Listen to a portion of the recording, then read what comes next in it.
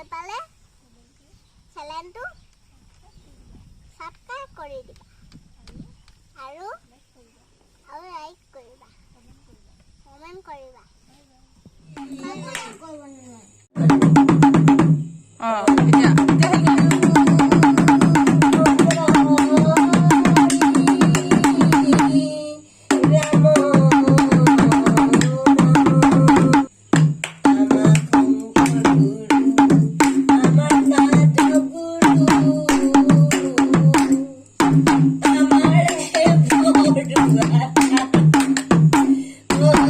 Nadikan ako, ikikot ko pabago.